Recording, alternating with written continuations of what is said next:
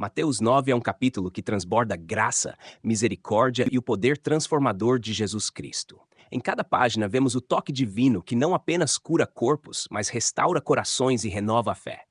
Nesse capítulo, Jesus atravessa barreiras sociais e religiosas, oferecendo perdão, cura e novas oportunidades de vida. Ele estende a mão àqueles considerados indignos, pecadores e marginalizados, revelando que o reino de Deus está aberto a todos que se aproximam com fé. Cada milagre é um lembrete da autoridade inigualável de Jesus sobre o pecado, a doença, a natureza e até a morte.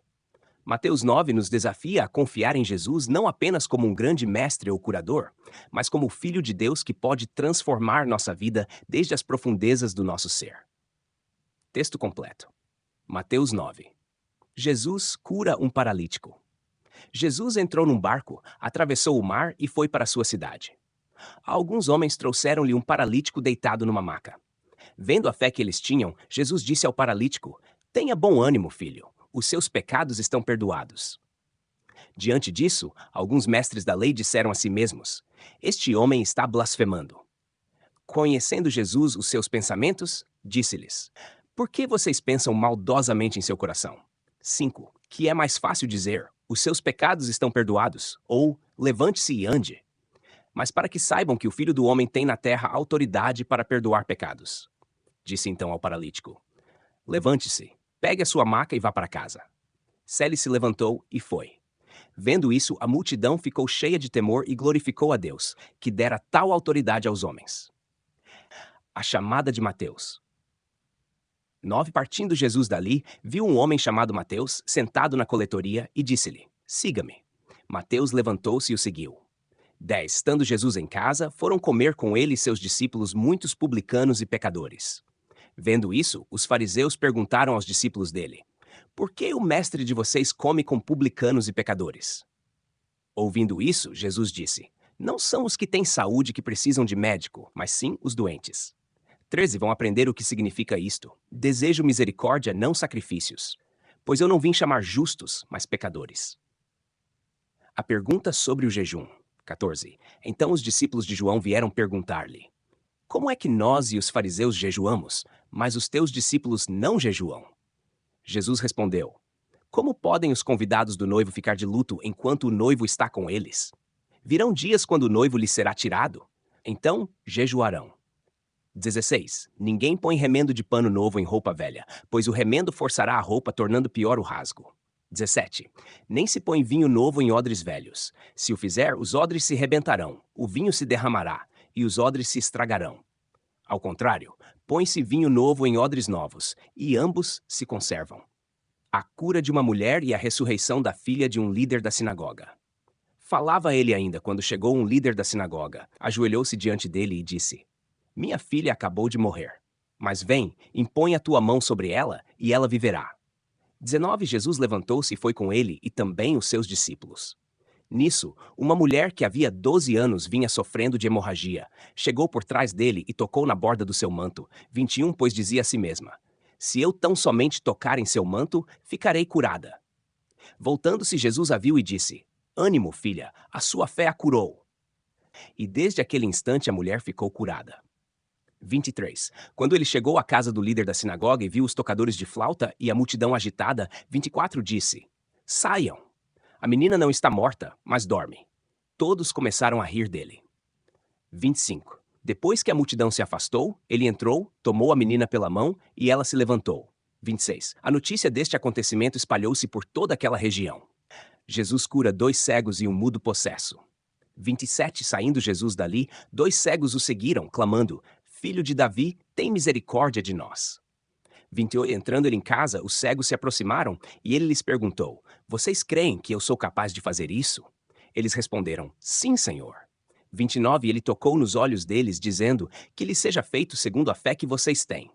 30. E a visão deles foi restaurada. Jesus lhes advertiu severamente: "Cuidem para que ninguém saiba disso." 31. Eles, porém, saíram e espalharam a notícia por toda aquela região. 30. Enquanto eles se retiravam, foi levado a Jesus um homem endemoninhado que não podia falar. 33. E quando o demônio foi expulso, o mudo falou. A multidão ficou admirada e disse: "Nunca se viu nada parecido em Israel." 34. Mas os fariseus diziam: é pelo príncipe dos demônios que ele expulsa demônios. Jesus tem compaixão das multidões. 35. Jesus ia passando por todas as cidades e povoados, ensinando nas sinagogas, pregando as boas novas do reino e curando todas as enfermidades e doenças.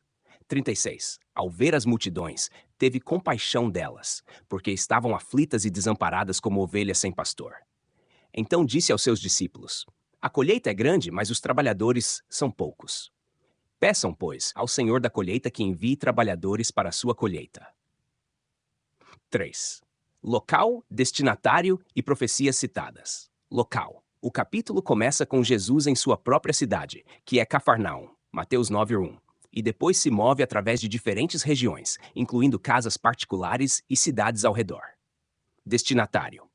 A narrativa é voltada principalmente para os discípulos de Jesus, mas também para as multidões que o seguiam, os líderes religiosos como os fariseus e indivíduos específicos como o paralítico, Mateus, o publicano, a mulher com hemorragia e o líder da sinagoga. Profecias citadas. Embora não haja uma citação explícita de profecias neste capítulo, a expectativa messiânica de que o filho de Davi, um título dado a Jesus pelos cegos em Mateus 9:27, traria cura e restauração, pode ser vista como o cumprimento de várias profecias do Antigo Testamento. Por exemplo, Isaías 35:5-6, sobre a cura dos cegos e dos surdos. 4. Explicação expositiva. A cura do paralítico. Jesus inicia Mateus 9 revelando sua autoridade não apenas para curar, mas para perdoar pecados, um ponto crucial para a compreensão de quem ele é. Quando cura o paralítico, ele primeiro perdoa seus pecados, provocando indignação entre os mestres da lei, pois somente Deus pode perdoar pecados. Jesus, conhecendo seus pensamentos, realiza a cura física para provar que também tem poder para perdoar, demonstrando sua divindade. A cura é um símbolo da redenção completa que Jesus oferece. Uma cura que não se limita ao corpo, mas se estende à alma. A chamada de Mateus. A escolha de Mateus, um cobrador de impostos como discípulo, é uma surpresa para os padrões sociais da época. Cobradores de impostos eram desprezados por sua associação com o regime romano e corrupção. Ao comer com pecadores e publicanos, Jesus mostra que o reino de Deus está aberto àqueles que são marginalizados e rejeitados. A frase, não são os que têm saúde que precisam de médico, mas sim os doentes, é uma prosmetáfora sobre o propósito de Jesus. Ele veio buscar e salvar os que estão perdidos, não os que se consideram justos. A pergunta sobre o jejum. Vum 14:17. Quando questionado sobre o jejum, Jesus usa a imagem do noivo e dos odres para ensinar que sua presença traz uma nova realidade. O noivo simboliza a vinda do Messias, e enquanto ele está presente, o jejum não faz sentido. Jesus também sugere que sua nova mensagem, o vinho novo, não pode ser contida nas antigas estruturas do judaísmo, os odres velhos, mas requer uma transformação completa, uma nova forma de viver a fé. A ressurreição da filha e a cura da mulher, 18:26. 2 milagres entrelaçados ocorrem. A cura da mulher com hemorragia e a ressurreição da filha do líder da sinagoga. A fé da mulher, que acreditava que apenas tocar as vestes de Jesus a curaria, é impressionante. Sua cura não é apenas física, mas também uma restauração social e emocional, pois sua condição a tornava impura e excluída. Da mesma forma, a ressurreição da filha demonstra o poder de Jesus sobre a própria morte, revelando que ele é a fonte de vida. A cura dos cegos e do mudo, 34. Os dois cegos chamam Jesus de filho de Davi, reconhecendo sua identidade messiânica. Jesus cura sua cegueira física, mas também destaca o tema da fé, que lhes seja feito segundo a fé que vocês têm. A cura do mudo endemoniado é mais uma demonstração da autoridade de Jesus sobre os poderes espirituais. No entanto, a oposição dos fariseus, que atribuem suas obras ao príncipe dos demônios, revela a crescente resistência que Jesus enfrentará. Compaixão pelas multidões. Jesus, movido pela compaixão ao ver as multidões como ovelhas sem pastor, clama por mais trabalhadores para a colheita. Ele vê as pessoas como espiritualmente perdidas e necessitadas de direção. Este trecho destaca o coração pastoral de Jesus e seu chamado aos discípulos para serem parceiros na missão de levar o Evangelho ao mundo.